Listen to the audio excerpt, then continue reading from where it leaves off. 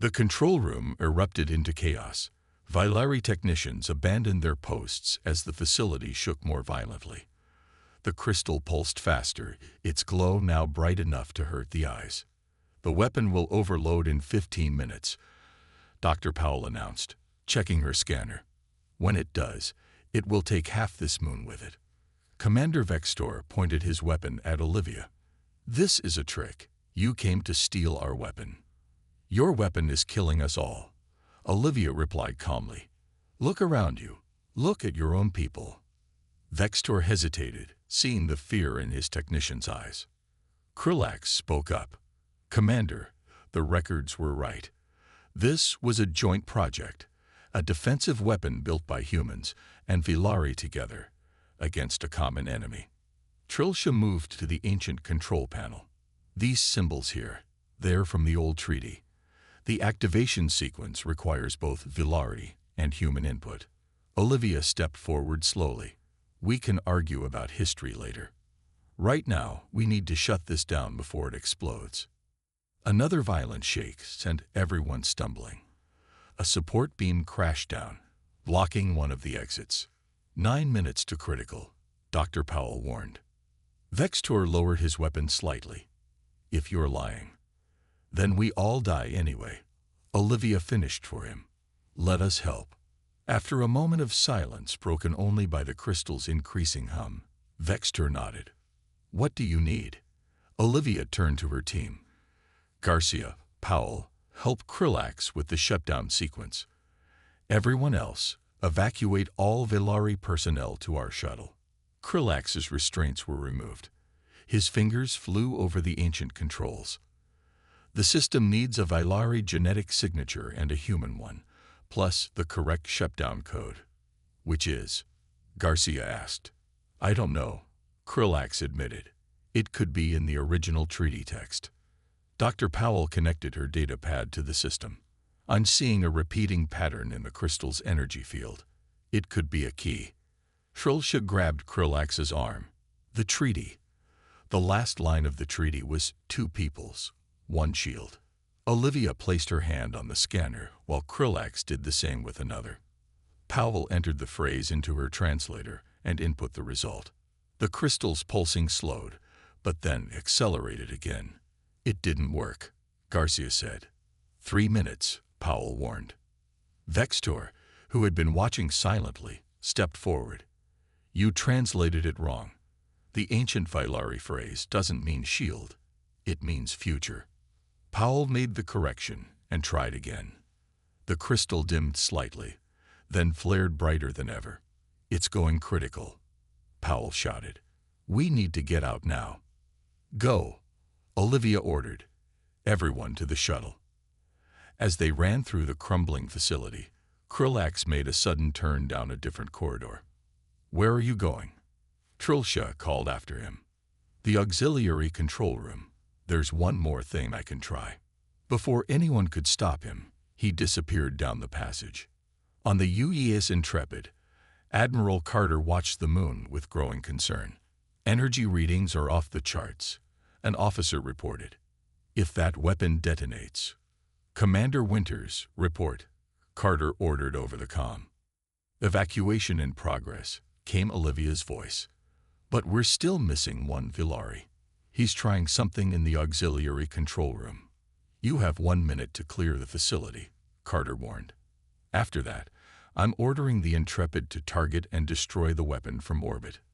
In the small auxiliary room, Krillax found what he was looking for, a crystal shard matching the main one.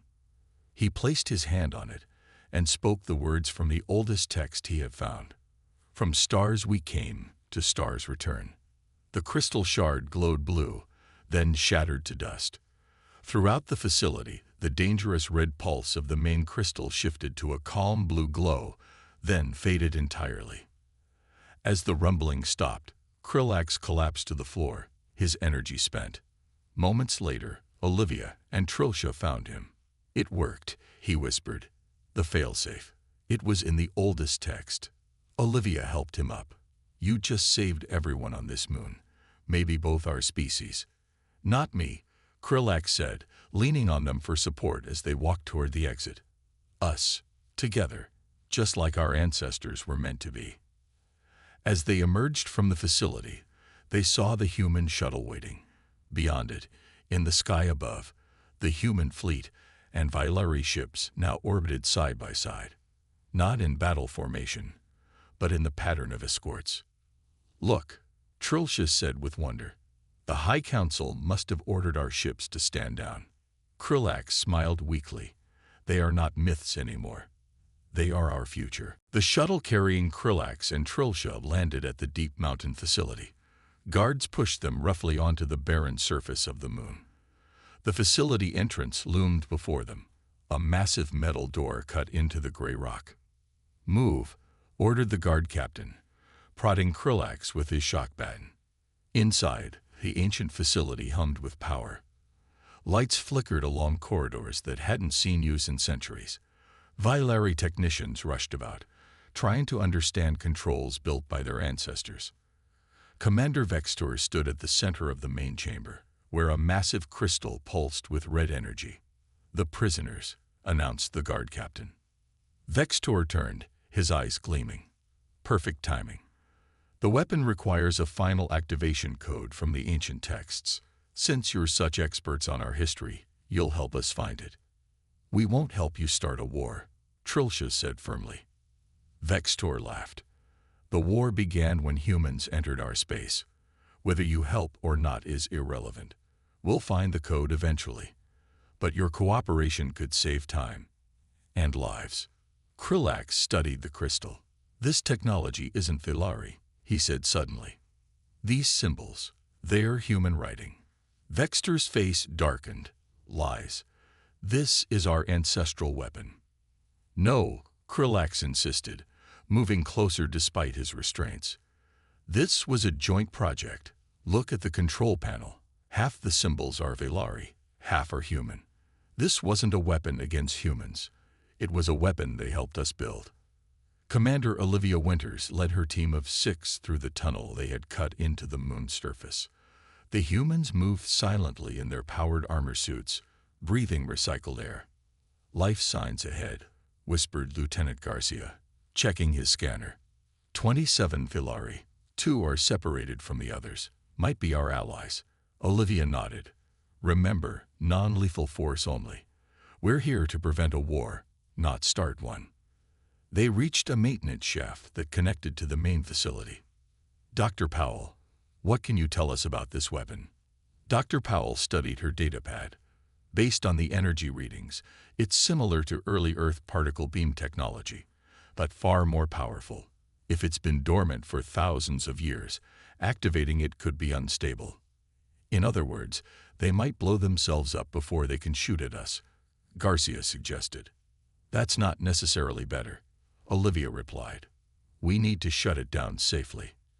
In the control room, Vextor grew impatient. 5 hours until full power. The human fleet remains in position. A technician approached nervously. Commander, we've detected an energy spike in Section 3. Security teams are investigating. Vextor turned to Krillax. Your human friends have arrived.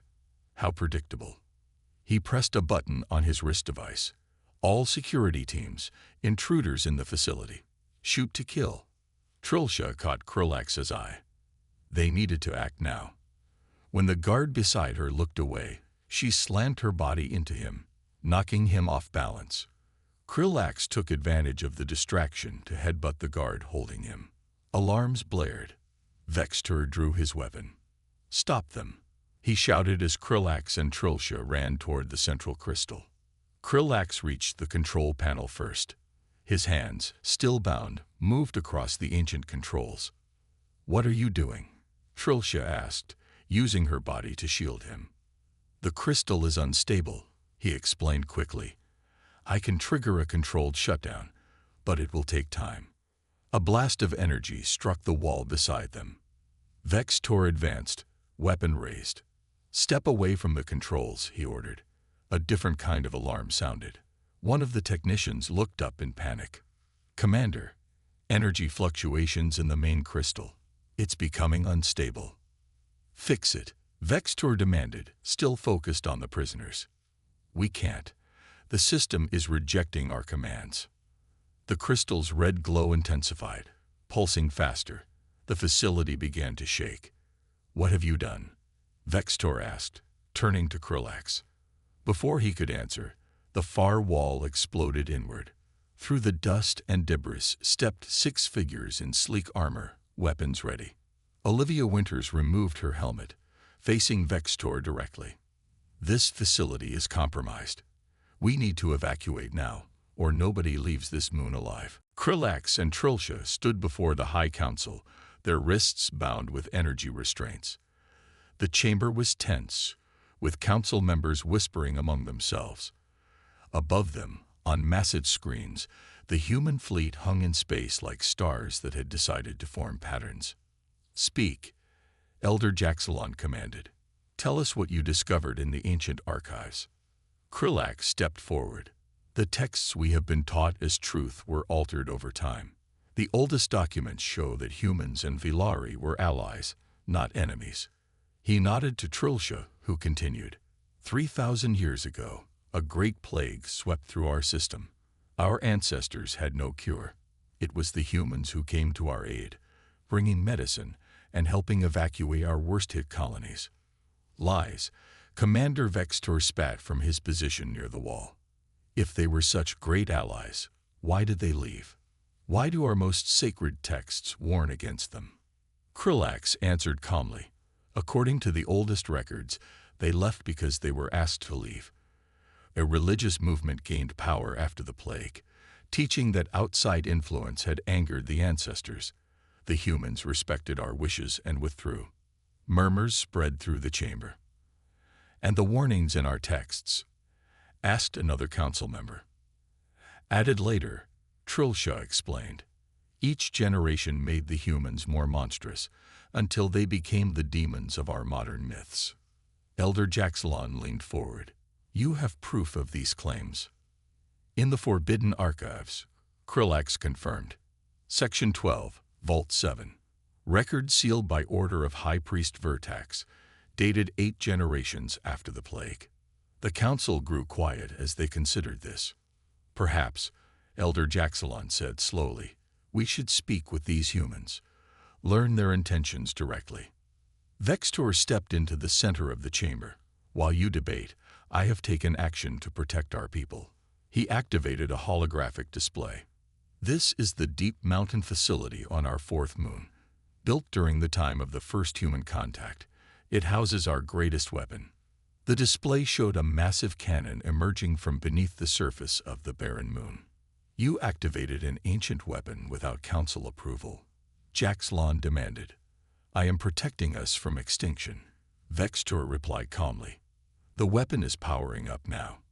In 6 hours, it will fire an energy beam capable of destroying the human fleet in a single strike. On the UES Intrepid, Admiral Carter studied the latest sensor reports. Something's happening on their 4th moon, he said. Energy readings are off the charts. Sir, Garcia called from his station. We're receiving a transmission from the surface. It's being directed to Commander Winters specifically. Carter nodded. Put it through to the horizon. But let's listen in. On the screen, Commander Winters' face appeared alongside a split view showing a Villari female. Commander Winters, you don't know me, the Villari said. I am Trilcia, the one who warned you before. I have little time. Commander Vextor has activated an ancient weapon on our 4th moon. It will target your fleet in 6 hours. Can it be stopped? Winters asked. Only from within the facility. Krillax and I are being transported there now, under guard. We will try to sabotage it. But she glanced over her shoulder nervously. The weapon is powerful enough to destroy your fleet. You should withdraw while you can. The transmission cut off abruptly. Orders, sir, Garcia asked. Carter considered his options. Prepare a strike team. Commander Winters will lead. Their objective is to locate and disable that weapon. A direct intervention, Dr. Powell asked with concern. That could confirm their worst fears about us. If that weapon is as powerful as they claim, We may have no choice, Carter replied. Besides, it sounds like we have allies among the Villari now. We're not invading. We're responding to a call for help. And the rest of the fleet, sir. Maintain position. No aggressive moves. If we're attacked, defensive measures only. Carter's face hardened. But if that moon weapon fires, target, and destroy it immediately.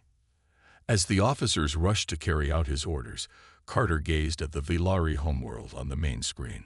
So much for peaceful first contact, he murmured. Admiral Ethan Carter stood on the bridge of the UES Intrepid, flagship of the Fifth Fleet.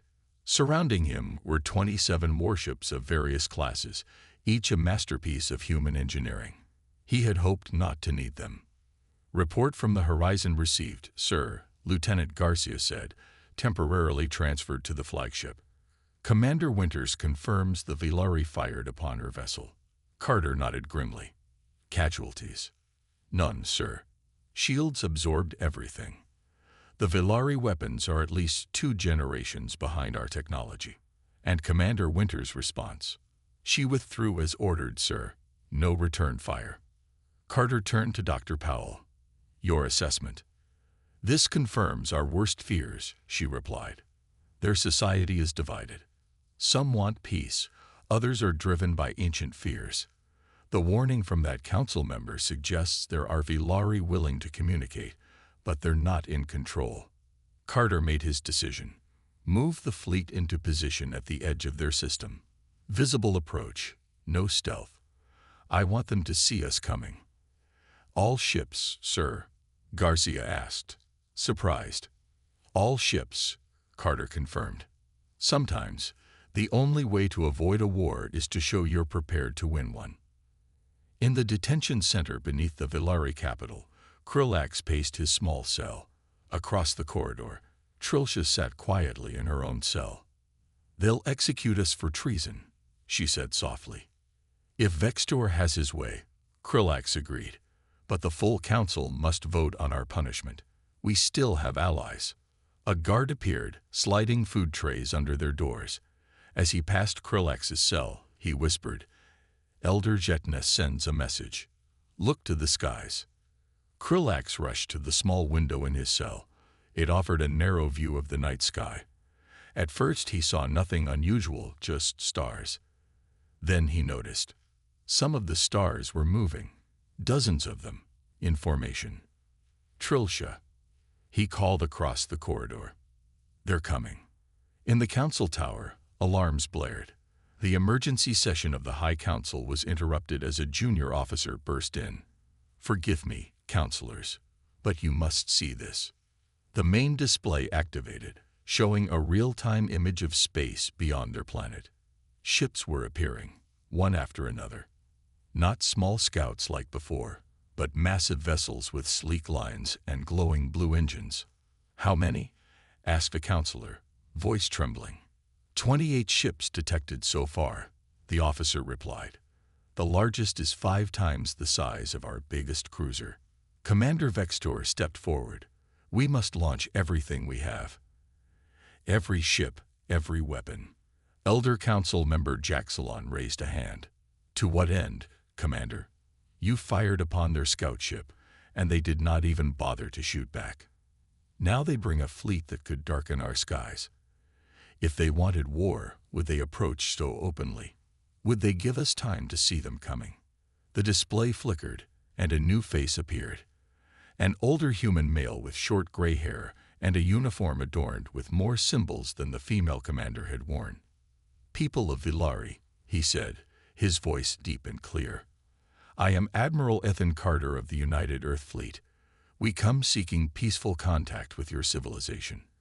Your attack on our scout ship could have been considered an act of war, but we understand your actions were based on fear and misunderstanding. Vextor sneered. More pretty words. We will remain at the edge of your system, Carter continued. We will not approach further without invitation. But know this, we are not the demons of your legends. We are not here to conquer or destroy.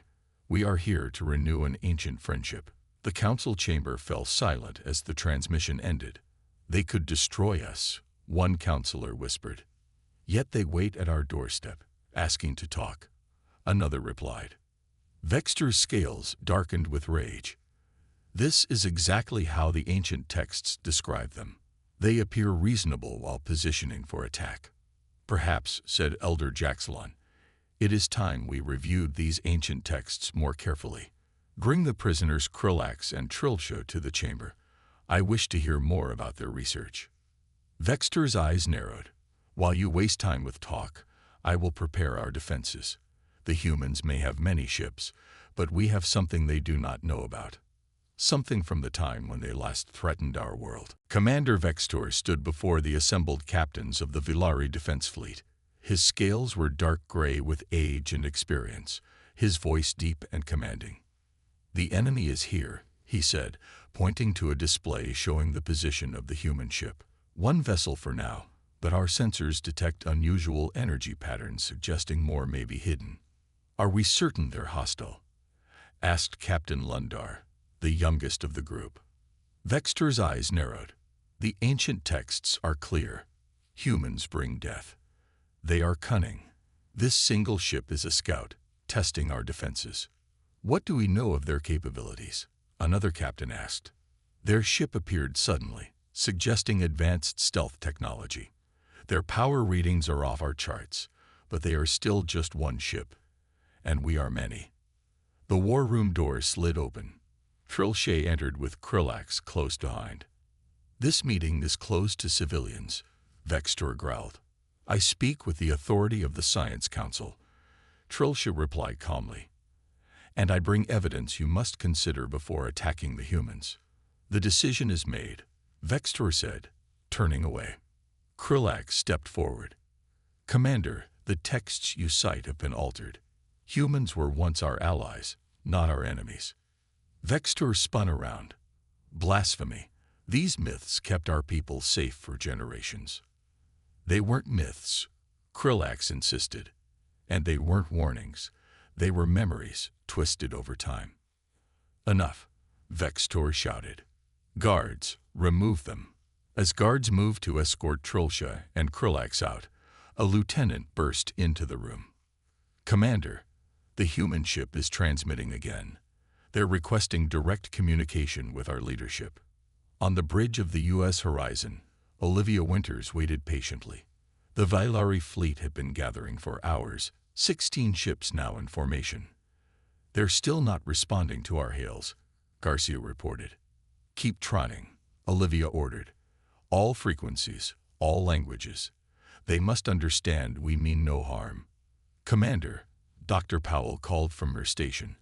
I'm detecting power surges in the Villari vessels. They're charging weapons. Olivia frowned. Defensive shields only. No offensive posture. And if they fire? Garcia asked. We absorb what we can and retreat if necessary. Admiral Carter was clear. No human will fire the first shot. Krillax and Trilsha were being marched toward the exit when the main screen activated. The face of a human appeared. The same commander from the first encounter. Greetings, the human said, her voice translated by the ship's computers. I am Commander Olivia Winters of Earth. We come in peace and wish to speak with your leaders. Vextor stared at the screen, his hatred visible. Prepare to fire, he ordered quietly. Commander, Krillax shouted, listen to what she has to say. I know what humans say, Vextor snapped. Pretty words before they strike. My grandfather's grandfather passed down the stories. They cannot be trusted. Trilsha broke free from the guard and rushed to the communications console. Before anyone could stop her, she opened a channel. Human vessel, this is Council Member Trilsha. Some among us wish for peace, but our military is preparing to attack you. You should withdraw for your own safety. Chaos erupted in the war room. Guards grabbed Trilsha, pulling her away from the console. On the screen, Commander Winters nodded calmly. Thank you for your warning, Council Member. We will withdraw to a safe distance, but we remain open to peaceful communication when you are ready. Vextor pushed forward. Fire all weapons. 3 Villari ships launched energy torpedoes at the human vessel, The sleek ship made no attempt to evade. The weapons struck its shimmering blue shields and dissipated harmlessly. For a moment, nothing happened. Then Winter spoke again, her voice still calm. "We understand your fear. We will give you time to reconsider, but know that we are not your enemy." The human ship turned gracefully and accelerated away, disappearing into the darkness of space. Vextor turned to Trilcia, his voice cold with rage. "You have committed treason. Both of you will be imprisoned until proper punishment can be determined." As the guards led them away, Krillax whispered to Trilcia, "Did you see how their ship absorbed our weapons? If they wanted to destroy us, they could have done so easily." "Yes," she replied softly. "And now Vextor knows it too. That will make him even more dangerous." The news spread across Vilari worlds like wildfire. The research ship Stellar Seeker had returned with a story that seemed impossible. Humans were real. They had ships in Vilari space. The creatures from ancient nightmares had returned. Krillax could barely push his way through the crowded streets as he made his way to the council tower. People gathered around public screens, watching emergency broadcasts. Some prayed to the ancestors. Others rushed to stock up on supplies. His communication device buzzed constantly with messages from fellow researchers who had once mocked his theories. Now they wanted his insights, his research, his predictions about what the humans might do. 2 guards stopped him at the entrance to the tower.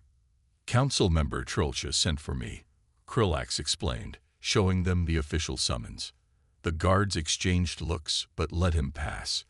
Inside, the council chamber was in chaos. The 12 members of the High Council argued loudly, their voices echoing off the stone walls.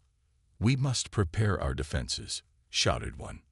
"We should try to communicate," argued another. "The ancient texts warn us not to engage with them." Trilcia spotted Krillax and waved him over.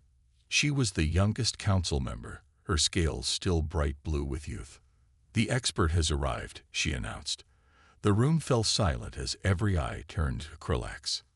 "Tell them," Trilcia urged. "Tell them what your research shows." Krillax swallowed hard.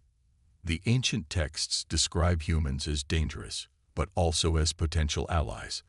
They possess technology far beyond our own, even thousands of years ago. If they wanted to harm us, they could have done so already." "Blasphemy." Elder Council member Jaxalon slammed his fist down. "The sacred texts clearly warn that humans bring only destruction." With respect, Krillax replied, "I believe those parts of our history were altered. I found older records that tell a different story." Admiral Ethan Carter listened as Commander Winters finished her report. "They ran from us like we were monsters," she concluded. Carter nodded thoughtfully. "Dr. Powell, your analysis." Samantha Powell stepped forward. "The Vilari reaction confirms my theory. At some point in their history, they encountered humans, and the experience was traumatic enough to enter their mythology. Their fear is genuine." "Options?" Carter asked.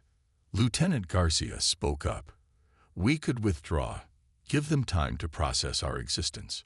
Or, Winters suggested, we could show them we're not the demons they believe us to be." Carter studied the star map. "We'll try both. Commander Winters, take the horizon back to the edge of their system, but maintain distance.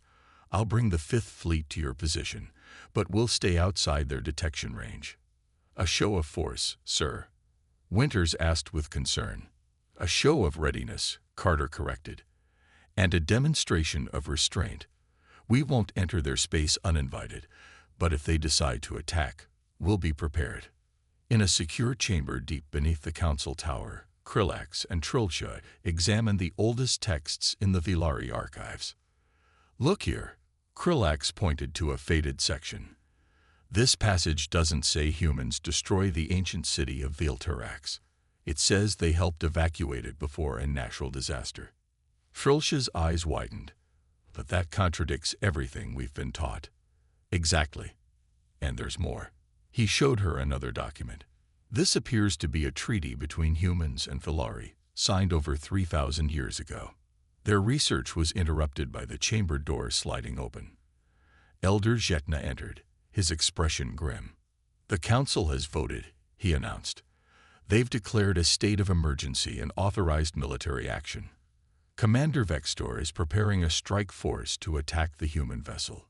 "They can't," Krillax exclaimed. "The humans have been peaceful so far." "Fear has won over reason," Jetna said sadly. "I tried to oppose it, but I was outvoted." "We have to warn the humans," Trilcia said. "That would be treason," Jetna warned. Krillax looked at the ancient treaty in his hands. "No," he said firmly. "According to this, it would be honoring our oldest alliance." Krillax sat alone in his small quarters, surrounded by digital copies of the tablets he had found. The capital city lights glowed outside his window, but he paid them no attention. 3 weeks had passed since their return from the dig site, and the council had yet to acknowledge his findings. He pulled up the oldest known text in the Villari archives, the Warning of the Elders. The ancient document spoke of beings called humans who came from beyond the stars.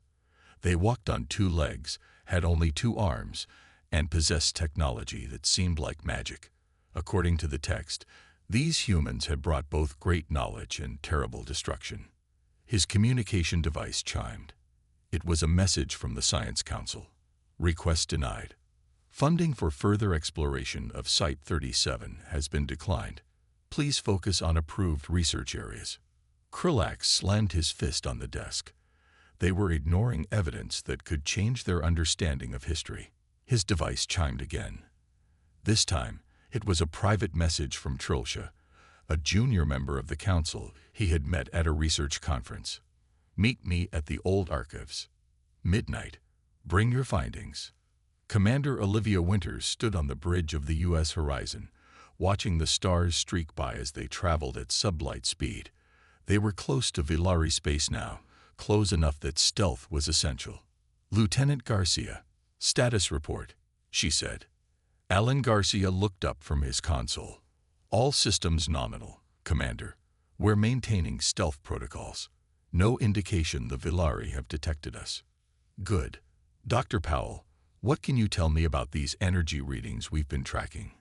Samantha Powell studied her screen. "They're definitely Villari in origin. It appears to be a research vessel, probably investigating the test signals we sent last week." Olivia nodded. "Perfect. Let's introduce ourselves." "Commander," Garcia said hesitantly, "are you sure that's wise?" "Admiral Carter's orders were to observe only. His orders also give me discretion to initiate contact if the opportunity presents itself. This is a research vessel, not a warship. It's the perfect opportunity." She straightened her uniform. "Prepare a standard first contact package. All languages, basic cultural information, nothing that could be perceived as threatening, and bring us alongside their vessel, nice and slow." In the darkness of space, the Villari research ship Stellar Seeker drifted near the source of the strange energy readings. Captain Dresna watched his crew work, his 4 eyes blinking in sequence as he considered the anomaly. "Anything new, Science Officer?" Lyrips adjusted her instruments. "Nothing yet, Captain. The signal appears and disappears at regular intervals, but..." She stopped suddenly, her eyes widening. "Captain, something is approaching." The ship's alerts began to sound as a sleek vessel seemed to materialize from the darkness of space. It was unlike any ship Dresna had ever seen, smooth, with clean lines and glowing blue engines. "Defensive posture," he ordered. "Prepare tow." "Captain," interrupted the communications officer, "they're sending us a transmission." The main screen flickered to life, and the Villari crew gasped. The being on the screen had pale skin, no scales, only 2 eyes, and strange fur on top of its head. It wore a dark uniform with unknown symbols. "Greetings," the creature said, its voice translated by the ship's computers.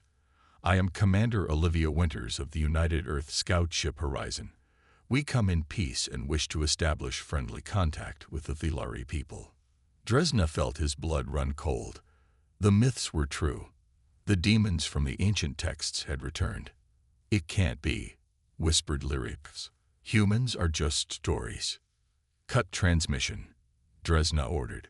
Maximum thrust. Get us back to Villari space immediately. On the horizon, Olivia frowned as the Villari ship's engines flared bright and the vessel turned away. They're running, Garcia said. They recognized what we are, Dr. Powell said quietly. And they're terrified. Olivia watched the fleeing ship with concern. Contact Admiral Carter. Tell him first contact was not successful. The Villari remember humans, and they fear us. The blue lights of the excavation site cast long shadows across the ancient ruins. Krillax brushed dust from a stone tablet, his 4 eyes narrowing as he studied the strange symbols. After 3 years of digging on this remote moon, he had found something truly remarkable. Elder Jetna, come quickly, he called, his voice echoing through the cavernous chamber. The older Villari moved slowly across the uneven ground, the folds of skin around his neck vibrating with irritation. What is it now, young one? Another broken pot. Krillax pointed at the tablet. Look at these markings. They match the forbidden texts. This is proof. Elder Jetna adjusted his vision enhancers and leaned closer. His irritation gave way to concern. Put it back. Cover it up. But Elder, this proves they existed. The humans were real. Setna glanced around nervously. They are myths. Krillax. Stories to frighten children. Nothing more. Then explain these ruins. Explain these symbols that match our oldest records. The elder straightened up, his 7-foot frame towering over his young assistant. Some things are better left buried. The council funds our research to find resources and knowledge of our ancestors, not to chase ghost stories. Krillax carefully placed the tablet in his specimen container. I will document this find according to protocol. And I will note my objections. Jetna replied sharply. Clean up here. We return to the main settlement tomorrow. As the elder walked away, Krillax took images of the surrounding chamber. The walls showed scenes of battle. Villari ancestors fighting alongside strange, 2-armed beings against some unknown enemy. Beings that matched every description in the old stories of the mythical humans. At the edge of Villari space, aboard the monitoring station Orbital I-17, sensors chimed softly. Tech operator Miliax looked up from her meal. That's odd, she muttered, setting down her food and gliding to the console. The anomaly appeared again, an energy signature unlike anything in their databases. She tapped her communication band. Control, this is Outpost 17. We're picking up unknown readings in Sector 8. Probably another solar flare, came the board reply. No, this is different. It appeared, disappeared, and reappeared exactly 9 minutes later. There was a pause. Record all data and forward it to Central Science Authority. Maintain your watch. Miliax zoomed in on the coordinates. There was nothing visible, just empty space where the energy reading had been. Still, a chill ran along her spine ridges. The pattern seemed deliberate, almost like someone testing the edges of Villari space. On Earth, Fleet Admiral Ethan Carter studied the holographic display of the Villari star systems. After 50 years of distant observation, the United Earth government had finally authorized a closer look. The Villari have expanded to 3 systems now, said Lieutenant Alan Garcia, adjusting the display. Still no faster than light travel, but their sublight technology is impressive. Admiral Carter nodded. And they still show no signs of detecting our observation posts. None, sir. Our stealth tech remains effective. Dr. Samantha Powell, the mission's xenoanthropologist, stepped forward. Admiral, I've been studying their transmissions. They have myths about beings called humans in their ancient texts. They're portrayed as demons or destroyers. Carter raised an eyebrow. Interesting. They remember us, after all these centuries. As monsters, Powell added. Well, Carter said with a faint smile, let's hope we can change that impression. Authorize Commander Winters to proceed with the reconnaissance mission. The U.S. horizon is to maintain distance and observe only. Garcia nodded. Yes, sir. As the officers left, Carter remained staring at the display. The Villari were about to learn that humans weren't just frightening stories from their past. He only hoped they were ready for the truth. On the far side of the galaxy, Commander Olivia Winters prepared her crew for their approach to Villari space. The sleek scout ship U.S. Horizon powered up its engines, disappearing into the darkness of space, heading toward a civilization that thought them only myths.